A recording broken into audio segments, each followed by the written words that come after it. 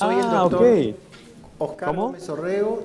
Agradezco a Satro la invitación para formar parte de este módulo de oncohematología y en especial a la doctora Fernanda Díaz Vázquez, que colaboró con nosotros en la organización de este módulo. El mismo estará integrado de la siguiente manera. Será coordinado por el doctor Galarraga, quien pertenece al Centro de Mar del Plata, es médico radioterapeuta y también participa del Hospital de la Comunidad. La doctora como disertante, la doctora Ana Martínez, médica pediatra y radioterapeuta, jefa de Seditrin, consultora en radioterapia de Fleni y del Hospital de Niños Ricardo Gutiérrez. El doctor Ariel Gómez Palacios, médico especialista en medicina interna y radiooncología, médico del staff del Centro de Radioterapia de Anfunes, Córdoba. El doctor Luis Carabajal, médico radiooncólogo del Centro de Anfunes de La Plata y médico de staff del Servicio de Radioterapia del Hospital San Martín de La Plata. Y la doctora Belén Nair Radiden, médica residente de cuarto año del Centro de Radioterapia de Anfunes de Córdoba. Participa como invitada especial la doctora Astrid Pavlovsky, quien nos honra una vez más con su presencia, médica especialista en oncología hematológica, médica del staff de Fundaleu y directora médica del Centro de Hematología Pavlovsky, además de coordinadora de adultos y de la subcomisión de linfomas de GATLA. Pasamos al inicio con la primera charla a cargo de la doctora Ana Martínez. Bueno, gracias por la invitación a Satro y bueno, es un placer para mí presentar estos dos trabajos. El tema que voy a desarrollar es glicólisis de la lesión total, o sea que contribuye a la estratificación de riesgo en pacientes con linfoma de alto riesgo en pacientes pediátricos. Ok, gracias. Es un protocolo internacional colaborativo del Children Oncology Group, es el AHOD 0831, liderado por la doctora Sarah Milgrom. Bueno, el linfoma de Hodgkin en niños y adolescentes es altamente curable.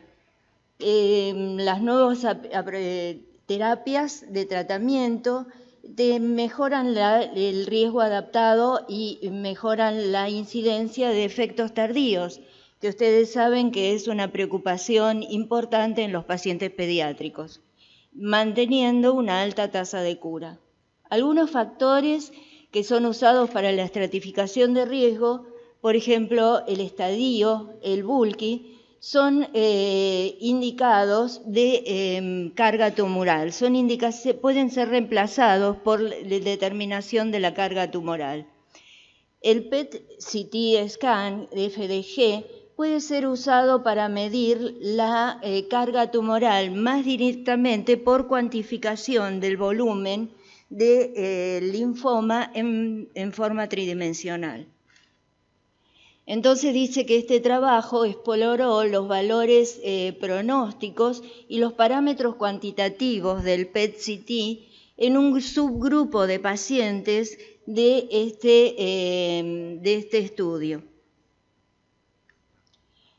Bueno, el COG 0831 fue un estudio multicéntrico prospectivo, un estudio de tratamiento adaptado a la respuesta del paciente en pacientes menores de 21 años de edad, con el linfoma de Hodgkin alto riesgo, o sea, estadio 3B y 4B. Ingresaron al estudio realizando dos ciclos de ABBE, PC, y ahí se hizo la evaluación con PET-CT. Y se determinaron los respondedores tempranos rápidos, que recibieron menos quimioterapia menos intensiva que los respondedores tempranos lentos. Todos los pacientes recibieron radioterapia que tenían bulky o que eran respondedores tempranos lentos. la sobrevida libre de eventos es uno de los parámetros a determinar. Entonces se investigó si la medida basal de la carga tumoral del PET mejora la estratificación del riesgo. Se incluyeron 166 pacientes que fueron enrolados en el COC 0831, 94, 57% tenían un PET con imágenes que permitían la evaluación del volumen tridimensional de la carga tumoral. Este subgrupo es el que fue incluido en este estudio.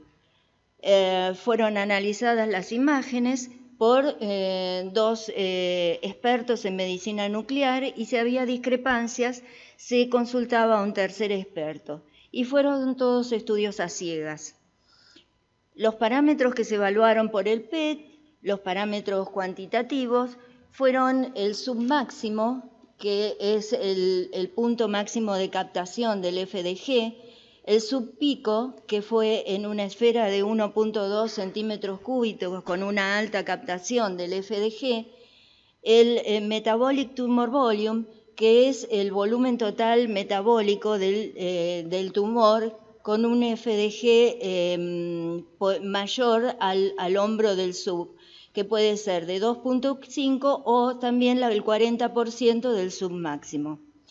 Y la glicólisis total de la lesión, que se basó también en la evaluación del volumen tumoral metabólico. Bueno, los análisis estadísticos y el endpoint primario fue la sobrevida libre de eventos. Las características de los pacientes que ingresaron al protocolo, la edad media fue de 15 años, el sexo predominó en varones, los estadios 3 y 4, como dijimos, que eran pacientes de alto riesgo, y la patología, la que predominó es la escleronodular, y tenían enfermedad Bulky 86,2% de los pacientes. Y se evaluaron luego de 2 ciclos de ABB-EPC los respondedores tempranos rápidos, que fueron el 54%, y los respondedores tempranos lentos, que fue el 46%. Las características de este subgrupo no difieren del grupo total. Esto es un cuadro que muestra todo el grupo, los respondedores tempranos y los respondedores lentos. El seguimiento fue de 49 meses y la sobrevida libre de eventos a 4 años fue de 76%. Esta también es la sobrevida libre de eventos y acá vemos la sobrevida libre de eventos de todo el grupo en los respondedores rápidos tempranos y los respondedores rápidos lentos. Vemos que la sobrevida libre de eventos en aquellos que tenían una menor carga tumoral es mucho menor es mucho mejor que aquellos que tenían una mayor carga tumoral, una glicólisis de la lesión total. Y ahora vamos a ver cómo fueron las diferencias según el grupo de respondedores, los rápidos y los lentos, separadamente. Los respondedores tempranos rápidos, aquellos que tenían una glicólisis tumoral total de la lesión baja por menor de 2.5, tenían una mejor sobrevida libre de eventos que aquellos que tenían una alta glicólisis total de la lesión. En los respondedores tempranos pero lentos, la curva es mucho más pareja y se aleja recién más en el tiempo. Y en este cuadro vemos todas las respuestas, o sea, los que tenían rápida respuesta temprana tumoral al tratamiento de carga tumoral, tenían una mejor sobrevida que los respondedores lentos que tenían que como veíamos en la curva total, y es mejor la respuesta o la sobrevida libre de eventos de los respondedores tempranos lentos que los respondedores tempranos rápidos con alta carga tumoral. O sea que esto es el valor de la glicólisis en la sobrevida libre de eventos sobre el resto del grupo. Y aquellos que tenían a 4 años tenían 92%. Bueno, en conclusión, los respondedores tempranos rápidos con baja carga de glicólisis total de la lesión experimentaron excelente sobrevida libre de eventos, con menos quimioterapia intensiva. Los respondedores tempranos rápidos con alta carga de glicólisis de la lesión total experimentaron una pobre sobrevida libre de eventos, con terapia menos intensiva, o sea que este grupo habría que considerarlo para que tengan una quimioterapia no como un rápido respondedor temprano, sino como un respondedor temprano lento. Los pacientes con alta carga tumoral de inicio se pueden beneficiar con una terapia con un tratamiento más intensivo que aún si lograron una respuesta temprana rápida. Las conclusiones es que la medida basal del PET en la carga tumoral puede dar un factor pronóstico adicional y mejorar la estratificación de riesgo para individualizar tratamientos de regímenes de tratamiento en pacientes con linfoma de Hodgkin pediátrico. Esto se basó en un trabajo de Kelly, mientras presentamos esto, en el cual ellos determinaron que lleva mucho tiempo la determinación de la carga del volumen tumoral en cada paciente. Entonces crearon un programa en el cual lo compararon al programa versus la determinación del volumen hecho por los expertos. Ellos vieron que no había mucha diferencia, mucha discrepancia en el volumen. Lo que sí vieron era que los tiempos se podían acortar cuando eran automatizados con un programa que determinara ese volumen tumoral total. Bueno, este es un trabajo del Grupo Internacional de Estudio de Linfoma para linfoma de órbita bilateral, de órbita y anexos. Bueno, el escenario más frecuente es un paciente de 62 años, como este ejemplo, con un ECOG 0, una biopsia probada de linfoma bilateral de la conjuntiva de la zona marginal. Las consideraciones es comúnmente tratados con radioterapia en ambos ojos, hay mucha diversidad en las publicaciones y cómo deberíamos tratar estos pacientes. Los objetivos es evaluar el seguimiento a largo plazo del tratamiento de estos pacientes con radioterapia sola, identificar los factores relacionados al paciente, al tumor, al tratamiento, que van a tener una significancia prognóstica, y guiar el óptimo manejo de estos pacientes. El método es un método retrospectivo, se evaluaron 151 pacientes con linfoma bilateral sincrónico ellos lo llaman, cuando hay una diferencia de menos de 3 meses entre la aparición entre un ojo y el otro. Y participaron 16 centros. El seguimiento fue de 6 años, la edad media fue de 48 años y la histología predominante es el linfoma de la zona marginal, 93%. Y la localización conjuntiva en el 75%, glándula lagrimal 15% y tejidos blandos de la órbita 16%. Las técnicas de radioterapia y los volúmenes se usaron órbita total 43%, conjuntiva sola 50% y otros métodos 7%, otras localizaciones.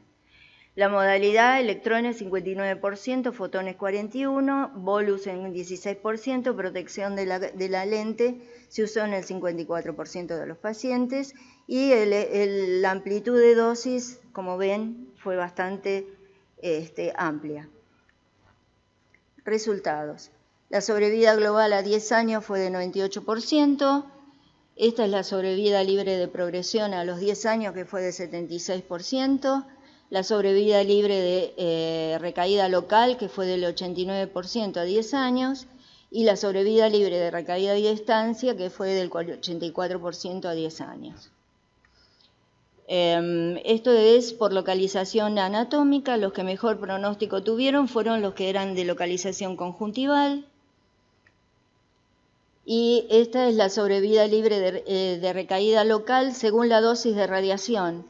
O sea que estos pacientes, los que recibieron dosis mayores de 4 grays, tenían mejor control local que aquellos que recibían las dosis propuestas de 4 grays. En resumen, el seguimiento de estos pacientes es comparable a los datos reportados en los linfomas unilaterales y los resultados avalan que el linfoma indolente bilateral puede ser tratado con radioterapia local y los linfomas no conjuntivales estuvieron asociados con peor seguimiento y una pequeña muestra fue tratada con 4 grays. El control local fue inferior a las dosis anteriormente propuestas, pero bueno, todavía no hay un volumen de pacientes que avale, que nos ayude, que diga que ya tenemos que descartar esa dosis. Bueno, muchas gracias.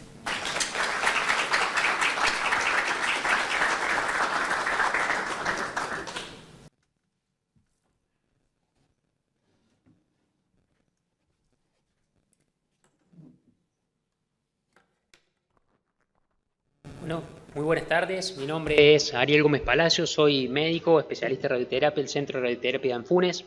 Agradezco al comité organizador la invitación a este evento y bueno, en honor al tiempo vamos a comenzar con estos trabajos. El primer trabajo es el impacto en la vigilancia por imágenes luego de radioterapia con intento curativo para linfoma folicular en estadio limitado. Este es un trabajo presentado por el Dr. Reagan Urban de Vancouver, Canadá. El objetivo de este trabajo es un poco, el resumen es que aproximadamente el 50% de los pacientes podrán recaer luego de radioterapia con intento curativo en linfoma folicular estadio limitado. La estrategia de seguimiento ideal actualmente es incierta, o sea, tenemos la vigilancia clínica y la vigilancia por imágenes en pacientes asintomáticas. Entonces el propósito de este trabajo es evaluar el impacto en la vigilancia imagenológica en la sobrevida global. Este es un estudio retrospectivo de 330 pacientes. En la elegibilidad fueron pacientes con estadio limitado, estadios 1A, 2A, grados 1 a 3, enfermedad no Burkitt, todos linfomas foliculares tratados con radioterapia con intento curativo, involved site, entre 2000 y 2015 en Canadá.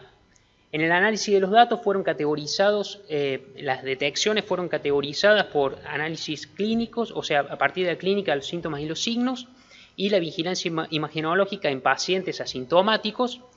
En cuanto al análisis de la vigilancia imagenológica, se detectó el poder diagnóstico, el valor predictivo y un análisis de la regresión logística multivariada donde se vieron los predictores de detección por vigilancia imagenológica versus la clínicamente detectada.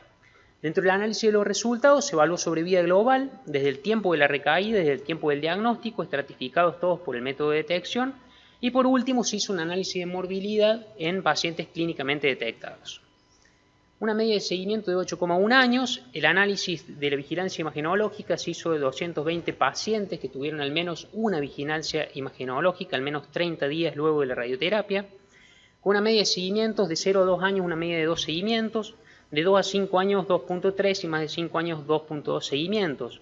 En cuanto al poder diagnóstico, un total de 830 investigaciones, un N de 20 pacientes encontraron hallazgos dentro de la confirmación imagenológica. Esto le dio un valor predictivo positivo de 29%, con una especificidad del 94%. En cuanto al análisis de la recaída, 146 de los 330 pacientes experimentaron recaídas, o un 44,2%. Clínicamente detectados fueron 126 con una media de tiempo de 3,12 años y detectados por imágenes 20 con una media de tiempo de 2,58 años, una P no significativa. En cuanto al análisis de la regresión logística multivariada, ninguna de las características tanto del paciente como del tumor otorgaron una diferencia estadísticamente significativa de acuerdo al método de detección empleado, ni la edad, ni el seguimiento por el médico, ni la enfermedad Wilkie, el diagnóstico, por ejemplo. En cuanto al análisis de la morbilidad, los pacientes, 11 de los 126 pacientes fueron clínicamente detectados, y de los 126 pacientes que fueron clínicamente detectados, 11 solamente detectaron morbilidad.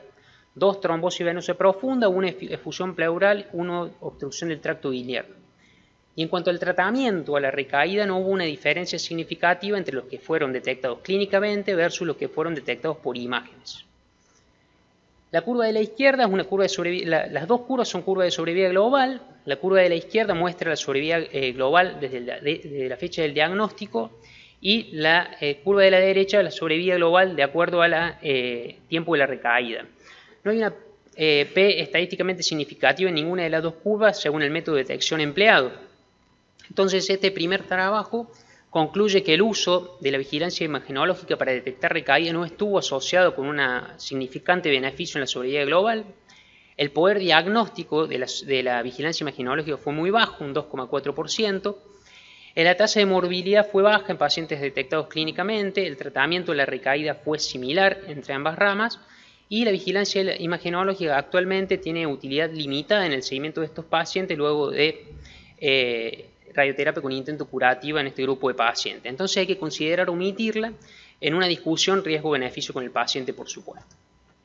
El segundo trabajo habla de radioterapia puente en pacientes con linfoma de alto grado recaído refractario que recibieron transfusión de CAR T-cells C19 en Gran Bretaña. Este es un trabajo presentado por el doctor George Mikhail del King's College de Londres. En cuanto a los objetivos del trabajo, fue evaluar el éxito de la radioterapia como puente del tratamiento que lidera el éxito de la transfusión con CAR T-cells. Después, evaluar la respuesta de la radioterapia puente y el control de la enfermedad luego de la infusión de CAR T-cells. Y por último, evaluar la toxicidad del tratamiento con CAR T-cells en los programas que incluyen la radioterapia. Entonces, los tres endpoints primarios fueron el éxito desde la tasa de infusión al abandono, o si hubo abandonos o retrasos por la radioterapia, la respuesta en el campo, la sobrevida libre de progresión, la sobrevida global y por último la toxicidad. Entonces, este es un trabajo prospectivo de corte de pacientes tratados con CAR T-cells en Gran Bretaña. Los criterios de elegibilidad fueron estos pacientes con linfoma de alto grado, que hicieron leucoféresis por axi-cells o por tisacells y que recibieron radioterapia puente en una aprobación de tratamiento que se hizo entre 2018 y 2020. 10 centros comisionados de Gran Bretaña, 371 pacientes, de los cuales 77 terminaron recibiendo radioterapia, 61 con radioterapia solo y 16 con quimioterapia. Una media de edad de 58 años, y al diagnóstico 65% de estos pacientes tenían linfoma difuso de células B grandes, 29% fueron transformaciones de bajo grado y por último un 6% con linfoma primario mediastinales. En cuanto a las características de la enfermedad, podemos ver que solamente el performance status elevado y la LDH elevada fue estadísticamente significativa y en mayor porcentaje en pacientes que recibieron el tratamiento combinado en quimioterapia con radioterapia, de los cuales 81% los que tenían performance 1 en el grupo que hizo quimio-radioterapia versus 49% los que hicieron radioterapia solo, y 100% de los pacientes tenían LDH elevado en el grupo que hizo quimio-radioterapia versus 70% que hizo radioterapia solo. Una dosis media de radioterapia administrada para los que hicieron radioterapia solo de 30 grays y para los que hicieron quimio-radioterapia de 25 grays con una P no significativa. Los regímenes más comunes administrados fueron 20 grays en 5 fracciones, 30 grays en 10 fracciones o 30 grays en 15 fracciones. El éxito de la radioterapia, de los 77 pacientes, fueron 65 infusionados, una media de tiempo de la leucoféresis a la infusión para los tratamientos que incluyeron radioterapia 44 días. Para los que no incluyeron radioterapia, o sea, quimioterapia solo, 42 días. 12 pacientes no fueron infusionados, de los cuales 6 presentaron progresión local y 4 muertes, con una tasa de abandono para los que hicieron radioterapia solo del 11%, para los que hicieron quimioradioterapia de 31% y para los que hicieron quimioterapia 22% con una pena significativa. En cuanto al control de la enfermedad, la respuesta en el campo para estadios tempranos fue de 85%, estadios avanzados 63%, la respuesta global a 3 meses fue del 61%, y en cuanto a la medida de sobrevida libre de progresión no fue alcanzada, pero a 6 meses 59% y a 12 meses 57%. En cuanto a la sobrevida global, 77 y 65%, y las toxicidades fueron 11% de síndrome de liberación de citoquinas y 12% toxicidades neurológicas con una mortalidad de 4,6%. Estas 3 curvas son curvas de sobrevida libre de progresión a la izquierda de la población general. La curva del medio muestra la sobrevida libre de progresión de acuerdo al régimen de radioterapia administrado, radioterapia sola versus quimioradioterapia. Y por último, de acuerdo al estadio de la enfermedad, temprana versus avanzada, vemos que no hay diferencia según el estadio. Por último, en cuanto a la toxicidad, vemos que solamente entre los distintos grupos hay diferencia en la toxicidad mayor a grado 3 de trombocitopenia al mes y a los 3 meses, con una P significativa y superior en el grupo que hizo quimioterapia en comparación al grupo que hizo radioterapia. Entonces, por último, las conclusiones. La radioterapia fue muy exitosa como puente en el tratamiento que lidera un éxito de la infusión de las CAR-T6 en este grupo de pacientes. La respuesta a la radioterapia puente fue alta y el control de la enfermedad fue excelente. La toxicidad fue similar a otros tratamientos puente administrados o menor en el caso de la trombocitopenia. Y por último, destacar que este es un gran trabajo prospectivo de una cohorte de pacientes del mundo real, una alta proporción de enfermedad avanzada y característica de alto riesgo, y la radioterapia puente fue administrada de manera exitosa. Entonces, estos hallazgos definen el uso de la radioterapia limitada solamente para enfermedad limitada y también la implican, digamos, como potencialmente ser usada como puente en enfermedad avanzada también. Muchas gracias.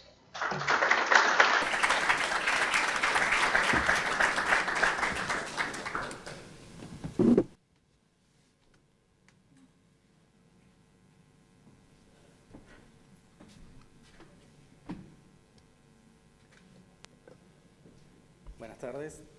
No dormirlos a todos. Gracias a la autoridad de Satro, gracias Oscar por la insistencia. Te agarró miedo, diste vuelta y no me viste. Voy a presentar 2 trabajos. El primero en linfomas, con la bandera de la baja irradiación, de la baja dosis en linfomas. Seguimos como el año pasado, este trabajo del Memorial sobre linfomas indolentes de células B. Es un trabajo que se basa en los estudios que demostraron que hay mayor control local con 24 Grays y dosis estándar a 2 Grays por fracción versus los 4 Grays que se utilizaban más que nada como terapia paliativa, ¿sí? Con una denominación del régimen Boom Boom, que da más como para un tema reggaetonero que para un protocolo de radioterapia. Entonces, basado en este trabajo, lo que hizo el Memorial fue su experiencia de más de 20 años tratando pacientes con 4 Grays, no solo pacientes paliativos, sino también pacientes potencialmente curables. Dentro de sus criterios de inclusión tenían a los linfomas foliculares y de la zona marginal, que son muy radiosensibles al tratamiento de radioterapia. Y su endpoint, más que nada, es la progresión local y el resultado de esta radioterapia sobre las patologías. Como secundarios, la evaluación a 1 de 1.5 a 6 meses de baja dosis, la sobrevida global, el tiempo de la próxima terapia en el caso de las recaídas, etc. Y los dividió en 2 subgrupos, un grupo potencialmente curable y un grupo que no era curable. El potencialmente curable lo calificó con aquellos pacientes que no poseyeron tratamientos previos. Con un estudio que se basó del 2006 al 2019, con irradiación solamente del área afectada, ¿sí? Se randomizaron 250 pacientes sobre 299 sitios a tratar y se incluyó también el tamaño de la lesión y fueron evaluados por PET. El resultado que obtuvieron fue que en las patologías potencialmente curables tuvieron una tasa de respuesta muchísimo mayor que las que no fueron potencialmente curables.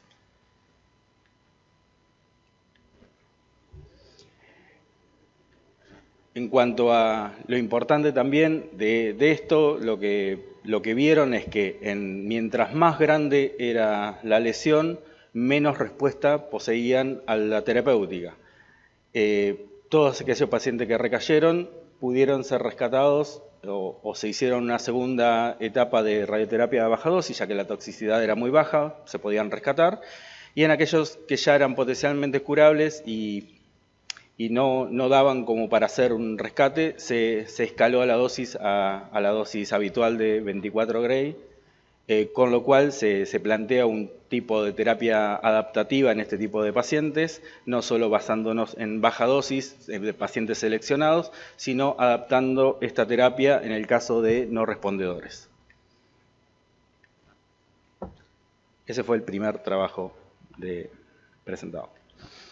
En el segundo trabajo, es una enfermedad, la enfermedad linfoproliferativa post-trasplante, ¿sí? La evaluación en cuanto a la respuesta de la radioterapia.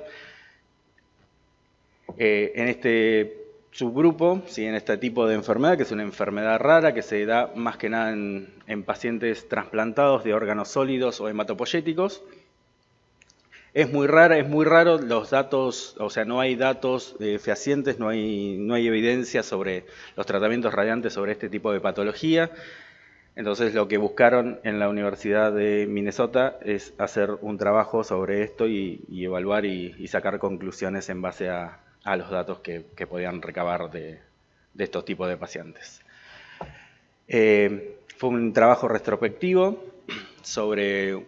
No tiene un número muy grande de pacientes tratados, trasplantados. El 55% de estos pacientes fueron trasplantados en órganos sólidos, el 44% en hematopoyéticos y el resto una combinación de ambos. Se evaluó sobrevida, recaída, respuesta parcial, respuesta completa, enfermedad estable y progresión de enfermedad. En cuanto a los resultados que tuvieron un seguimiento en sí, lo que esperaban o lo que vieron es que la aparición de la enfermedad linfoproliferativa en los órganos sólidos aparecía a los 77 meses como promedio y en los hematopoyéticos a los 5 meses.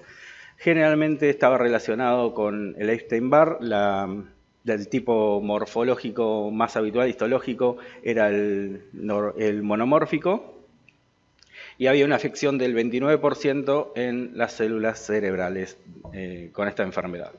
La radioterapia que se utilizó en estos pacientes fue, en el 42% de los casos, fue posterior a una terapia de inducción, sí, o sea, no fue radioterapia exclusiva solamente. En estos tipos de pacientes se tratan con inmunosupresores, terapia sistémica, cirugía y radioterapia.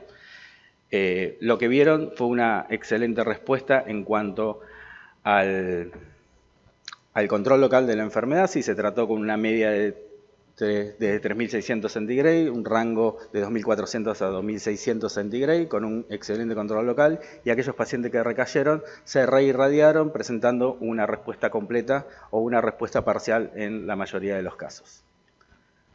Como conclusión, en este tipo de trabajos se evaluó que la radioterapia cumple un rol bueno, eficiente en cuanto al control local de la enfermedad y favorece a estandarizar como modelo el tratamiento con radioterapia en este tipo de patologías. Fueron dos trabajos cortitos, así no los dormía tanto. Muchísimas gracias.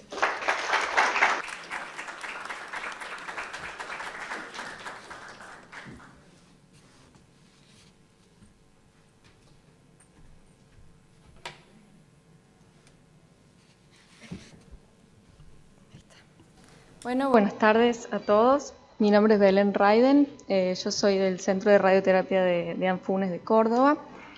Y bueno, finalizando ya con el módulo hematológico, voy a presentar los últimos 2 trabajos. Quiero agradecer también por la invitación a los organizadores.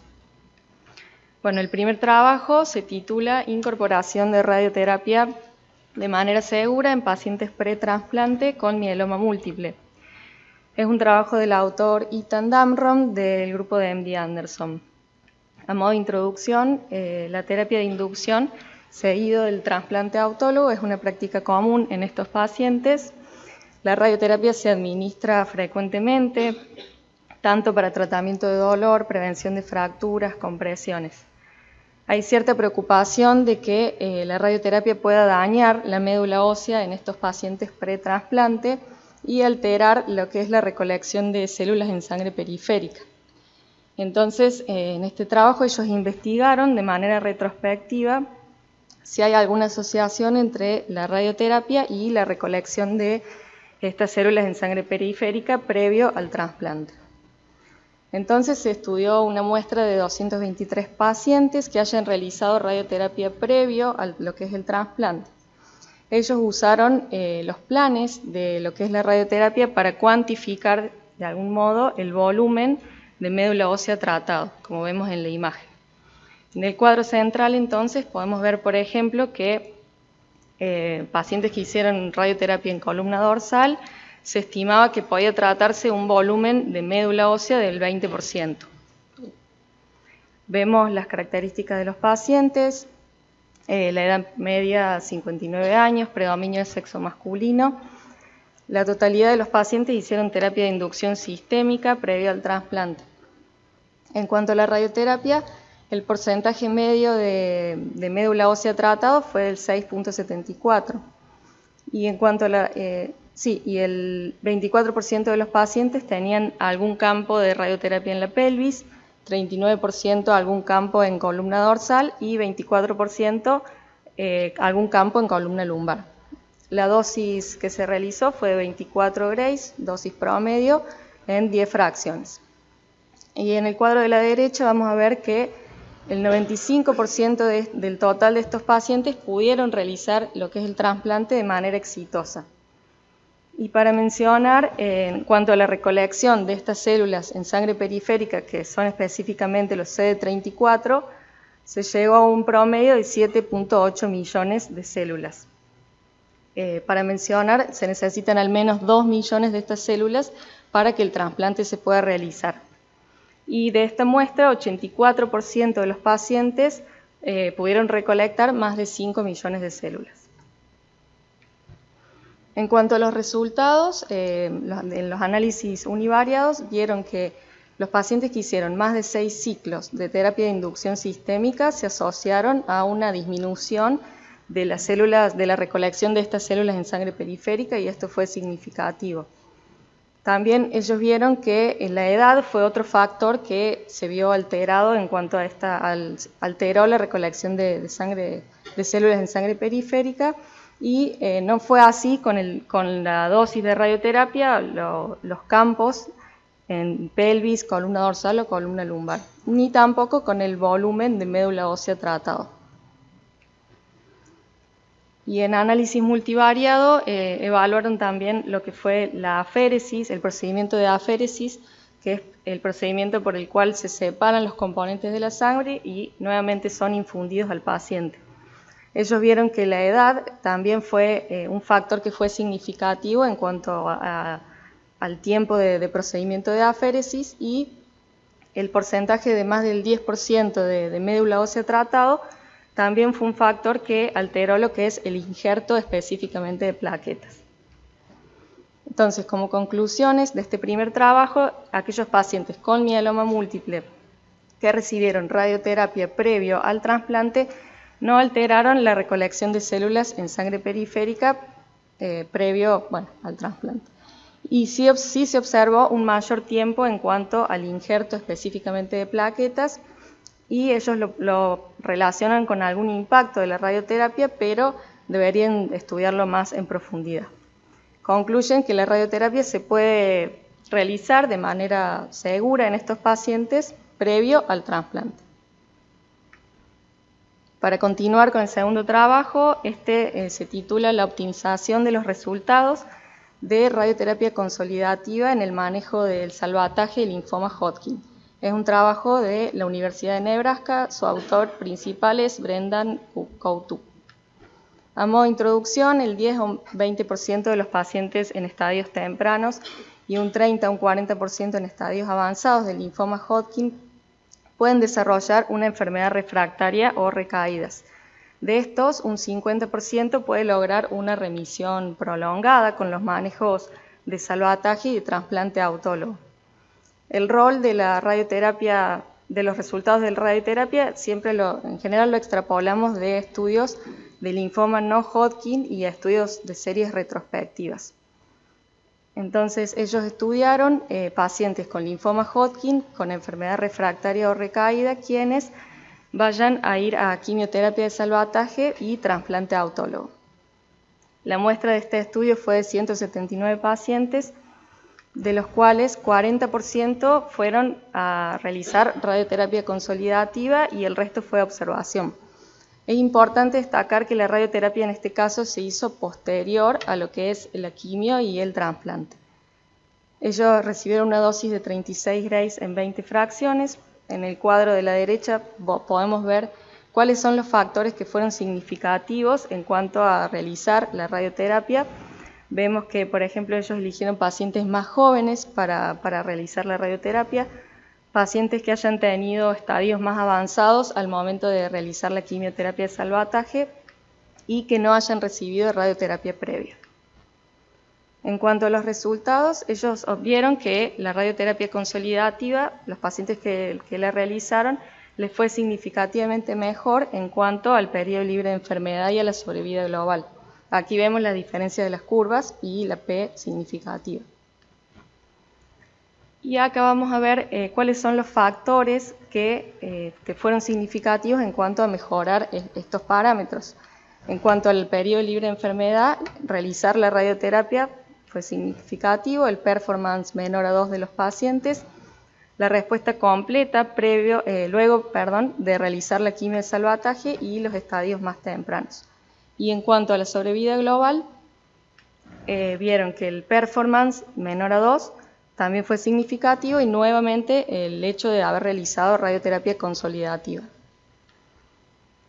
En análisis de subgrupo de esta muestra tenemos más de la mitad de los pacientes que no tenían enfermedad bulky al inicio y casi la mitad de ellos que tuvieron respuesta completa luego de la quimio de salvataje, que sabemos que es un factor pronóstico importante. Entonces, como conclusiones, la radioterapia consolidativa se asoció a una mejoría en el periodo libre de enfermedad y sobrevida global en estos pacientes y concluyen que los subgrupos de pacientes que históricamente no se benefician de realizar la radioterapia en esta instancia terapéutica y en este estudio sí se observó dicho beneficio. Bueno, eso es todo. Muchas gracias.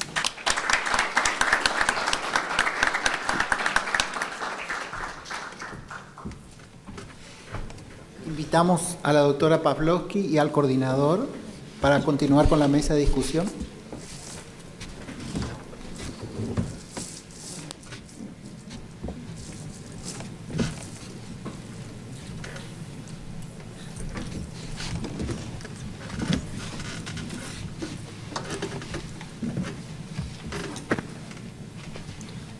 Bueno, buenas tardes. Muchísimas gracias a las autoridades de SATRO por la invitación nuevamente. Y bueno, les doy una buena noticia que para todos los que quedaron, primero les agradezco. Y hay un sorteo de un 0 kilómetro que SATRO va a poner, pero solo para los presentes. Así que gracias, Fernanda.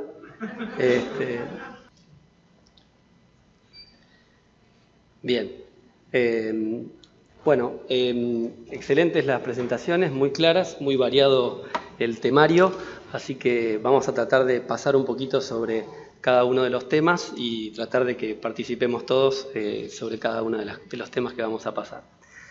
Bueno, los temas que se trataron fueron linfoma de Hodgkin, en este caso el rol del PET basal y también el PET interino como factor pronóstico, especialmente en un trabajo de población pediátrica que nos mostró muy claramente Ana.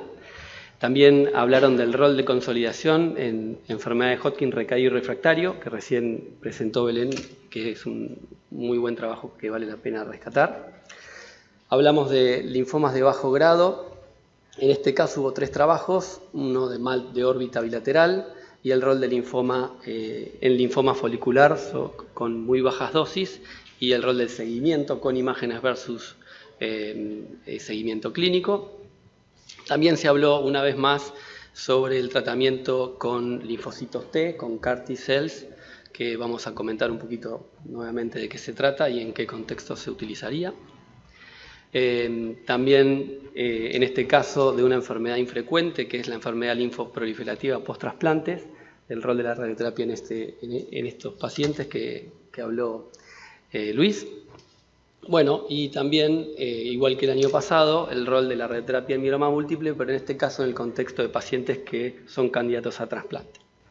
Bueno, con respecto a la enfermedad de Hodgkin, creo que cada vez más y en todos los post-astro hemos estado hablando siempre de la importancia del PET, tanto basal como el interino. Se basa todo sobre, inicialmente, en un trabajo, por ejemplo, que acá muestro, que es el trabajo de Galamini, que digamos, el PET realmente lo que marca es cambios de conducta sobre cómo uno va a estratificar a los pacientes con linfomas en general y especialmente con linfoma de Hodgkin. En este trabajo, básicamente compararon y vieron que lo que verdaderamente dividía el riesgo mucho más que los índices pronósticos era la respuesta al PET interino. Acá podemos ver en las curvas de la derecha, sobre todo. En las curvas de la izquierda van a ver los pacientes distribuidos por el índice pronóstico, en las curvas de la derecha están los pacientes divididos por su respuesta al PET posterior al segundo ciclo. Y claramente se ve que los pacientes que tienen mala respuesta al segundo ciclo tienen una disminución importante de la supervivencia libre de progresión en comparación con los que tienen muy buena respuesta, que andan mucho mejor. Este es uno de los trabajos importantes sobre los cuales después se basaron un montón de trabajos, especialmente en Hodgkin, muchísimos, algunos de los cuales trataron de hacer respuestas adaptadas al PET, tratando de sacar la radioterapia de consolidación, o inclusive en el RATL, que trata de sacar la bleomicina en pacientes avanzados que tienen respuesta inicial buena a la BBD.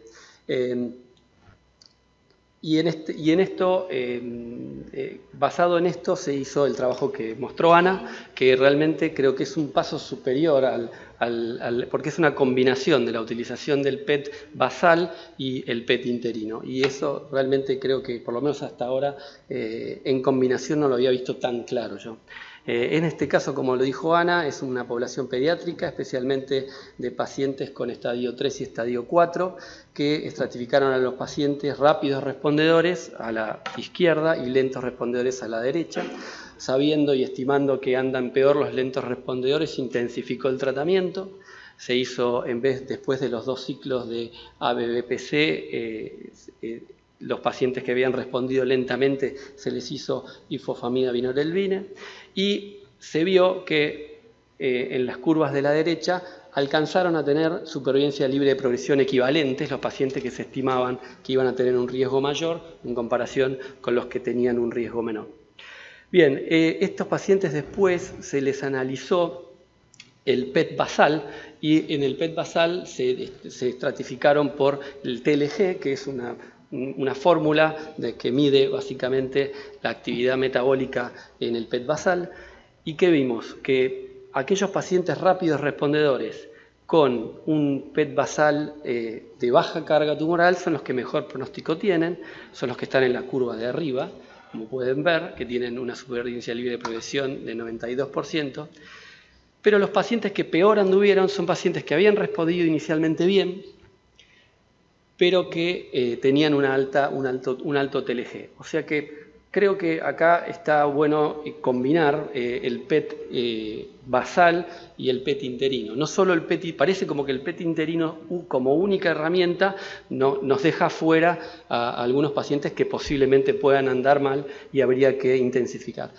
Con respecto a esto me gustaría, bueno, un poco la opinión del panel de Ana y de Astrid, porque realmente creo que es interesante al menos los resultados en este caso. En pediatría los objetivos fueron disminuir los agentes alquilantes, sobre todo, y bajar las dosis de radioterapia. Bueno, los progresos que se hicieron desde los campos comprometidos, Involving Field, Involving Site, así que esos son grandes progresos. No se la puede erradicar todavía totalmente. En ese trabajo el bulky y los sitios de respuesta lenta todavía reciben radioterapia.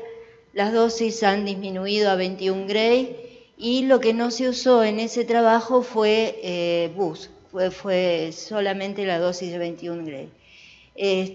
También esto ya se probó en los grupos de riesgo intermedio, no solo en los de alto riesgo, en el COC, en el grupo alemán, en el grupo italiano y bueno, acá nosotros el GATLA. Nada más que acá todavía tenemos respuesta completa y respuesta parcial, 21 y 25 grays. Pero bueno, el objetivo es por demás ese objetivo, de escalar la dosis de radioterapia, acotar los volúmenes, y esto es un parámetro importante, y bien la importancia de tener el PET de inicio de tratamiento, porque si no, no tenemos cómo comparar volúmenes y volúmenes comprometidos al diagnóstico. Entonces es muy importante tener todos los estudios que uno tiene que tener, cada paciente, para poder hacer una evaluación correcta. Sobre todo de intensidad de dosis, porque vos tenés un rápido respondedor temprano, pero no tenés el inicial. Entonces decís, este paciente, por más que respondió bien, pero ¿qué volumen tumoral tenía? ¿Cuántos sitios tenía comprometido? Además de su mediastino bulky que podía haber tenido. Así que bueno, el COG es un grupo colaborativo que se formó a partir del CCY y del POC en Estados Unidos, que bueno, recolecta una gran casuística. No son miles, los chicos no son miles, pero bueno, como se trabaja muy protocolizado, se pueden obtener conclusiones. No sé si es eso lo que... Sí, perfecto.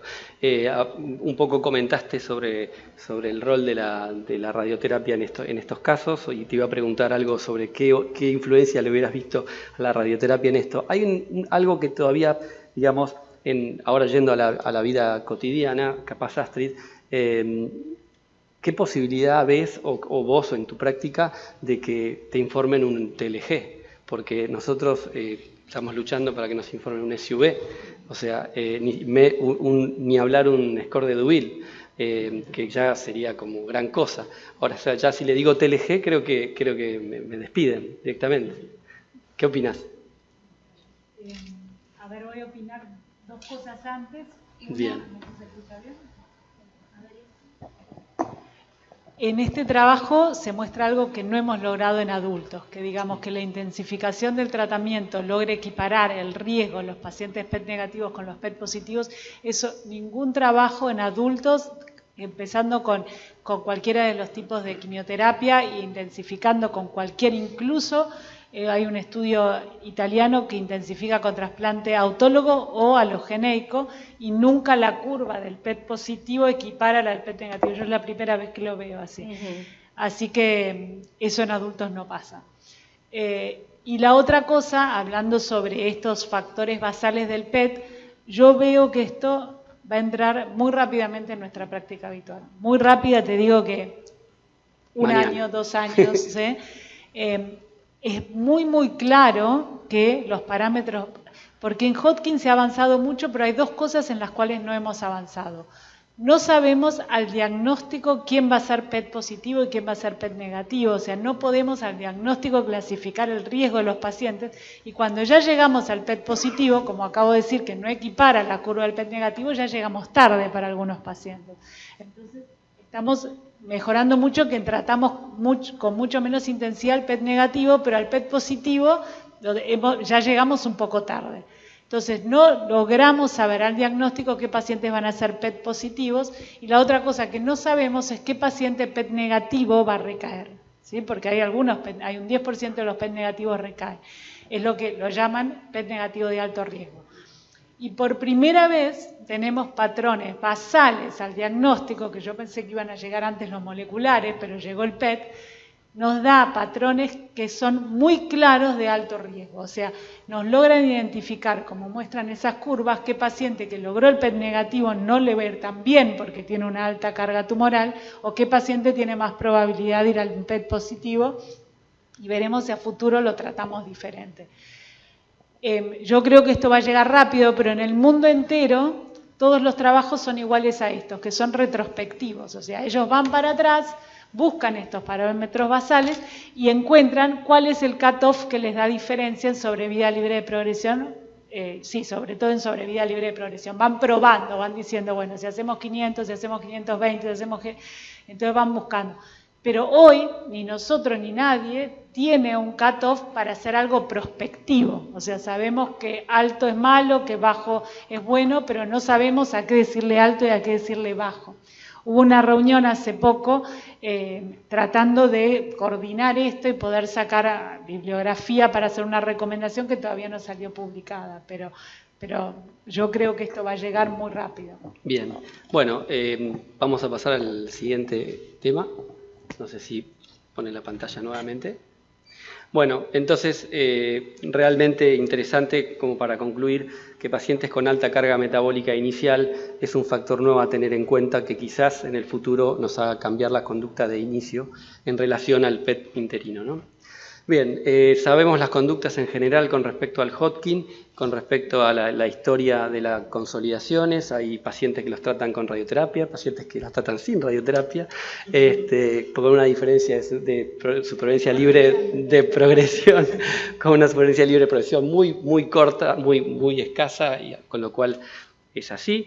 Lo que sí muy interesante, nos presentó acá un trabajo Belén sobre el rol de la radioterapia ahora en la otra punta, que es en los pacientes recaídos y refractarios, que estamos viendo un beneficio en supervivencia global, de consolidación, o sea, consolidar pacientes post-trasplante, pacientes que tenían mal pronóstico y que eso mostró un beneficio de supervivencia global.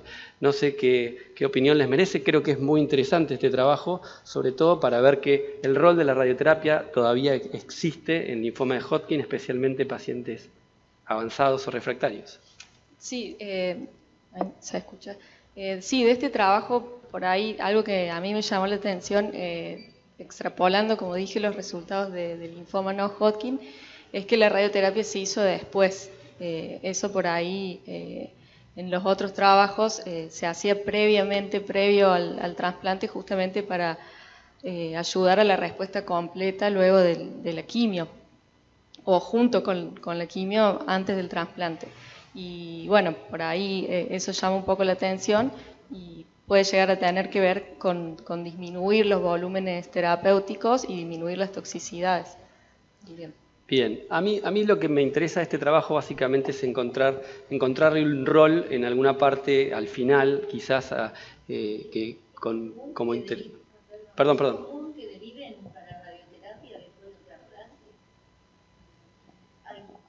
Mira, hay algo, a ver, en realidad muchas veces no queremos hacer la radioterapia pre-trasplante si es que planeamos hacer radioterapia en términos generales, porque nos va a demorar el trasplante, ¿sí? Y después pensamos en la toxicidad de la radioterapia asociado al trasplante, si es un tratamiento post-trasplante inmediato, que los pacientes terminan con citopenias y tal vez infecciones. Pero hay algo que da para discutir en este trabajo, que tal vez es lo más importante, es porque ahí vos mostraste que uno de los factores pronósticos más importantes era haber obtenido la remisión completa, ¿sí? Claro. Con lo cual no hay duda que si yo tengo un paciente que le hago diferentes esquemas de quimioterapia y no responde, la radioterapia es útil y nadie duda que la radioterapia es muy útil y que los linfomas de Hodgkin son altamente radiosensibles. El tema es si los pacientes con remisión completa, y hoy podemos determinar mejor la remisión completa por PET, que tienen un PET negativo pretrasplante, se benefician de consolidación con radioterapia. ¿Sí? No hay porque ahí lo que vos mostraste es el que ya estaba en remisión completa, era factor, pero no, hay un 20% aproximadamente que... Pero bueno, creo que esa es la gran pregunta, o sea, no hay duda que si el paciente tiene enfermedad hipermetabólica post-trasplante... No, yo lo que interpreto que acá es lo que está haciendo es consolidando, y la diferencia se vio en pacientes que habían tenido respuesta completa. Inclusive lo que mostró el trabajo también es que se vieron mejor los resultados en pacientes que no eran bulky. O sea que yo creo que ahí está la respuesta en este trabajo, que la consolidación en pacientes que respondieron bien mejoró la supervivencia. Por lo menos así lo interpreto. Obviamente tenemos no el trabajo completo, pero bueno, me parece por lo menos un puntapié inicial para el rol de la radioterapia en este contexto de pacientes. Bueno, continuamos con los siguientes trabajos rápidamente. En este caso, nuevamente, Ariel nos habló del tratamiento con CAR T-cells. Bueno, no sé si todos están al tanto sobre qué es el CAR T-cell, pero básicamente es generar linfocitos T que tengan la capacidad de detectar antígenos tumorales, amplificarlos y posteriormente reinfundírselos al paciente. Mi pregunta es a Astrid si esto es un tratamiento, por ejemplo, que se utiliza para pacientes que ya se trasplantaron y a pesar de eso progresaron, o puede ser una alternativa previa al trasplante. ¿Hay algún trabajo que compare eso? ¿Y qué disponibilidad hay en Latinoamérica?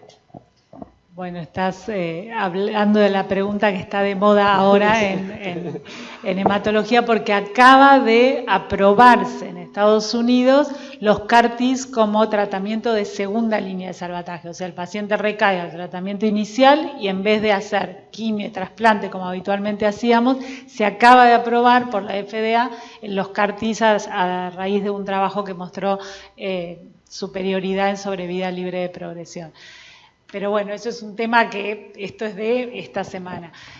Lo que tiene esto es que, a diferencia de los halos, que era a lo que vino a reemplazar, porque la mayoría de los pacientes hicieron CAR-Ts ya posterior a una recaída al autólogo, a diferencia del halo, el paciente no necesitaba estar en remisión completa. O sea, un paciente con mucha enfermedad, muy sintomático, puede irse al CAR-T y parece ser que son a los que mejor les va. Cuanto más masa tumoral o cuanto tengan por lo menos masa tumoral, más probabilidad que actúe el CAR-T.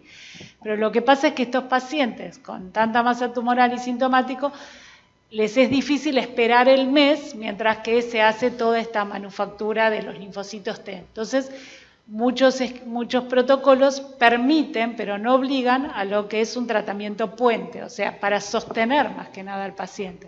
Claro. Y bueno, y esto es una excelente, esto ya lo discutimos el año pasado, una excelente posibilidad de no hacerle quimioterapia a un paciente que es quimiorrefractario y donde le agregamos toxicidad y probablemente no beneficio y le hacemos ese puente con radioterapia. Bien, bueno, era la pregunta para Ariel, que ya está respondida. Ya está contestada. ¿No? Pero bueno, ¿en qué contexto se usaría la radioterapia en CAR T-cell? Que es básicamente eso, ¿no? Esperando la producción de células y ese tiempo para que no progrese y que como dice la doc, es hacer que llegue el paciente al tratamiento, ¿sí? Lo que se vio en el trabajo es que no hay una diferencia en la cantidad de tiempo, digamos, desde la aféresis, que es el primer momento, digamos, en el cual se le saca el linfocito al paciente, y mientras se va procesando se hace la transcripción génica para que exprese el receptor y de ahí se pueda infundir de nuevo el paciente. Bueno, hacer que llegue el paciente, que pase ese tiempo y que llegue a la infusión después. Y se demostró que con la radioterapia no se demoran los tiempos. O sea, si tenemos con la radioterapia 44 días versus 42 días la quimioterapia sola, bueno, es un medio que puede ser utilizado después para el tratamiento. Así que me parece, digamos, que es una opción que tienen ustedes para ofrecerle también al paciente. Bien. Bueno, con respecto a los linfomas de bajo grado, hubo 3 trabajos. El primero fue sobre linfomas de órbita bilateral. Todos sabemos y todos hemos tratado este tipo de linfomas. Interesante el trabajo de que mostró que la bilateralidad no habla de enfermedad, digamos, sistémica, sino que es sencillamente tiene el mismo pronóstico que la enfermedad de un solo lado. También que demostró que el trabajo que aquellos pacientes con lesiones conjuntivales son de mejor pronóstico que los pacientes con lesiones que invaden la órbita. Pregunta a los dos radioterapeutas que participaron este año o el año pasado en linfomas de órbita, qué dosis y qué radioterapia le harían a cada uno de estos ejemplos que estoy mostrando y qué técnica. Nosotros hicimos un trabajo con la doctora Fernanda Herrera, que se presentó en un congreso en Estados Unidos, y sigo viendo la misma amplitud de dosis que veíamos hace 10, 15 años atrás. No hay una dosis porque es tan difícil conseguir el volumen como para tener alguna conclusión, que la amplitud de dosis sale de 20 a 40, ¿viste? Y en ese momento, cuando nosotros evaluamos patología de órbita, un grupo era linfomas. Y sigue habiendo la misma amplitud de dosis. Y veo que acá siguen no poniéndose de acuerdo. Bien. ¿Existe alguna nueva droga que llegue, que evite la radioterapia en los linfomas de órbitas? Yo creo que ese es un linfoma que sabemos que es radiosensible, ¿verdad? Y la verdad que yo hubiese hecho, o sea, haría radioterapia. La radioterapia. Sí, se puede hacer rituximab monoterapia, pero me parece que sí es uno de los linfomas donde el ejemplo... Donde la radioterapia todavía... Bien, ¿alguno de los chicos? No, y también con los trabajos del año pasado y de el hecho de los 4 grade, más que nada para pacientes seleccionados. O sea, claro. Seleccionar bien el paciente, el target, Claro. sabiendo que tenés una buena respuesta, pero sabiendo también que podés llegar a reirradiar al paciente. Bien. O sea, darle calidad de vida. Yo creo que en estos dos ejemplos que puse, para un linfoma conjuntival, el año pasado se presentó especialmente pacientes con síndrome de Sjögren, podía utilizarse con excelente respuesta la radioterapia de 2 días. Quizás para el resto utilizaría 24 Gray protegiendo cristalino y sobre todo en aquellos pacientes con enfermedad de órbita, incluir toda la órbita con intensidad modulada 24 Gray. Bien, hubo también 2 trabajos con respecto a los... Me quedé sin... acá. Con respecto a linfomas de bajo grado foliculares, un trabajo sobre dosis y otro sobre seguimiento. Nuevamente la misma discusión. Bueno, tenemos que saber que el 10% de los pacientes con linfoma folicular son estadios 1 o 2. La radioterapia es el tratamiento de elección. Los resultados son excelentes a largo plazo. La dosis estándar hasta hoy es 24 grays para obtener un mayor control local sin beneficio en supervivencia en comparación con la dosis más baja. Y en esto está el primer trabajo que presentó, ya no me acuerdo quién lo presentó, Luis. La pregunta con respecto a eso sería, vos, ¿qué pacientes elegirías y qué pacientes le harías 4 grays? Lo mismo es seleccionar el paciente, los foliculares de bajo grado, los marginales, que son los 2 respondedores, y aquellos con exéresis no completas también. Bien. Y después, de acuerdo al volumen, mientras menos volumen de enfermedad tenga, mucho mayor respuesta vas a tener. Bien, bueno, este trabajo del Memorial me pareció muy interesante, obviamente trae de vuelta el tema de las dosis bajas, con excelentes resultados a 2 años, 9% de control local con muy baja dosis, comparado con pacientes, en realidad fueron todos con baja dosis, pero mostró que con peso estadísticamente significativo el control local fue peor en extranodales y en pacientes con tamaño grande, con lo cual creo yo que depende de lo que uno esté buscando, pero 24 grays está un poco... Y en ese tenés la separación entre los potencialmente curables que claro. no tuvieron el tratamiento previo. O sea que... Claro.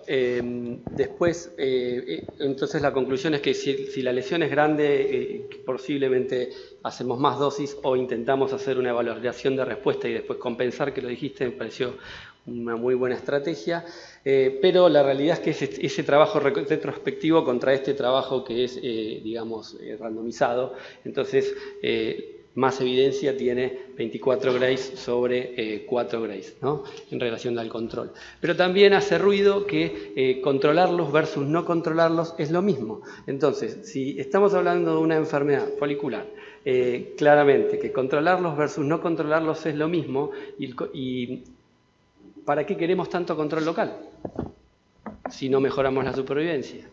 O sea, ¿qué opinan? Porque obviamente hay muchas alternativas. Pacientes con foliculares, muchísimas veces la mejor opción es la observación. ¿Por qué le dirían Me parece que no es controlarlo versus no controlarlo. No, digo, pero ¿por qué le dirías a un nematólogo que no le vas a hacer 4 Gray?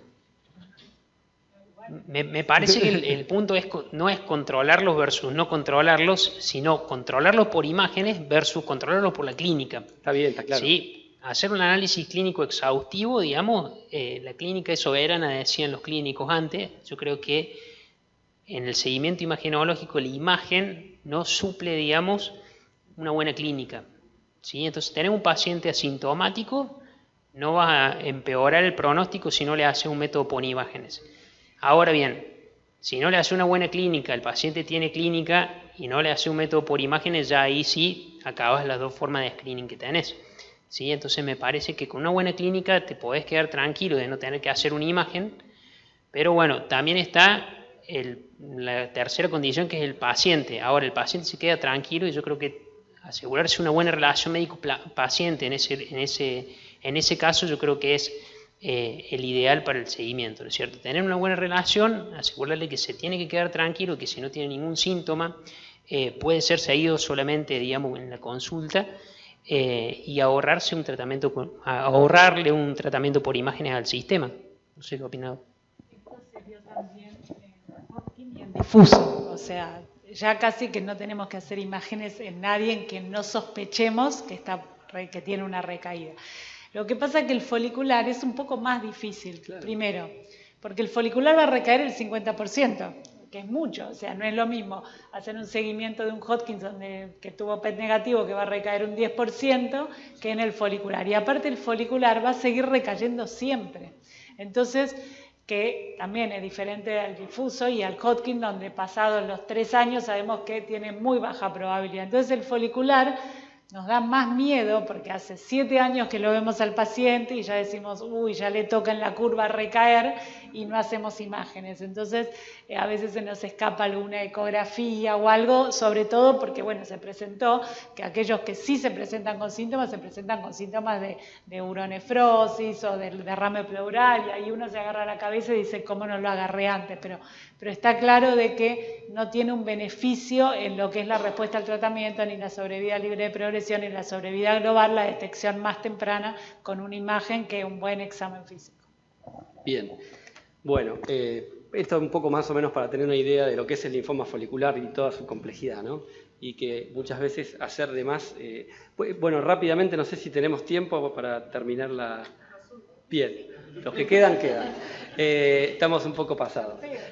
Rápidamente, queda muy poquitito. Presentaron el trabajo de enfermedad linfoproliferativa post-trasplante, que es una enfermedad, un desorden linfoproliferativo que se presenta después de trasplantes de tumores sólidos o hemopoyéticos. Hay diferentes formas tempranas, polimorfas o monomorfas. Las formas monomorfas son linfomas, básicamente, y su tratamiento principal es reducir la inmunosupresión o tratamientos con rituximab, quimioterapia o radioterapia. En este caso hablaron del rol de la radioterapia.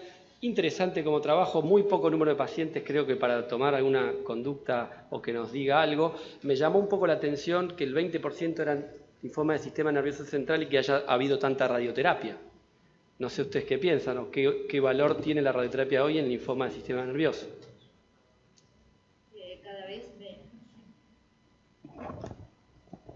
O sea, por suerte la quimio progresó a pasos agigantados. Entonces ya sabemos la toxicidad de la radioterapia en el linfoma del sistema nervioso. Así que si las respuestas son buenas a la quimioterapia, la idea es obviarlo, porque hacer 4000 centigrays en cráneo total y la verdad que no es gratuito. Así que, bueno, por suerte las quimios y las nuevas drogas han ganado un espacio muy importante en las patologías del linfoma, ¿no? Tanto los Hodgkin como los no-Hodgkin. Bien, bueno, yo pienso exactamente lo mismo, por eso me llamó un poco la atención en este caso. Creo que la indicación en linfoma del sistema nervioso, independientemente si es por un paciente HIV o lo que fuera, metrotexate a altas dosis y radioterapia solamente en pacientes que requieran un rescate. Y porque el riesgo de superponer toxicidades es muy alto. Bien, y el último trabajo, que es el rol de la radioterapia en pacientes que van a ser trasplantados por un mieloma. Muy interesante la tabla del medio, donde nos dice el porcentaje de médula ósea que representa la irradiación de cada órgano. Creo que eso puede ser útil para muchísimas otras enfermedades que nosotros utilizamos. Y también un poco nos quita el miedo sobre el poder utilizar la radioterapia paliativa hasta que el paciente, inclusive en pacientes que van a ir a trasplante. Me gustaría preguntarte, Belén, qué dosis utilizarías en un paciente con un mieloma y que le vas a hacer radioterapia paliativa, y qué campos utilizarías, depende obviamente de qué zona, pero básicamente en qué pensarías para tratar de no dañar. Bueno, digamos, en cuanto al trabajo, ellos usaron una dosis promedio de 24 Grays, siempre hablando de que son tratamientos paliativos, ellos lo nombran, son tratamientos de dolor, prevención de fracturas, compresiones y demás. Entonces, en cuanto a la dosis y a la experiencia, nosotros hacemos distintos fraccionamientos que son equivalentes, podemos hacer en 5 fracciones, en 10 fracciones o hasta en una fracción. Depende un poco también del paciente que tenemos, si el paciente está internado, si el paciente no puede caminar. Bueno, son todos factores que tenemos en cuenta para elegir el fraccionamiento.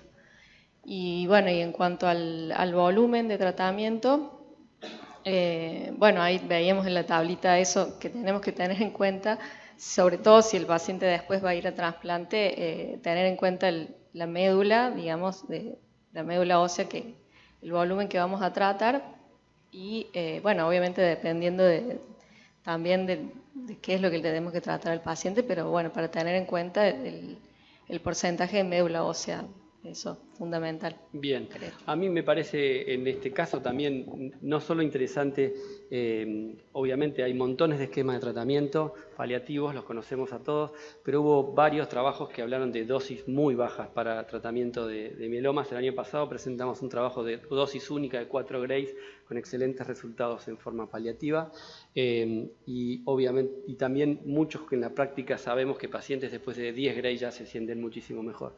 Tratar de no hacer volúmenes muy grandes, no basarse solo en lo que uno ve, sino en la clínica realmente del paciente. Si uno le hace una tomografía de un mieloma, va a ver mucho más de lo que el síntoma tiene el paciente, entonces buscar para que los campos no sean muy grandes. Bueno, y eso sería un poquito todo. Espero que se hayan entretenido y puedan irse tranquilos a comer algo.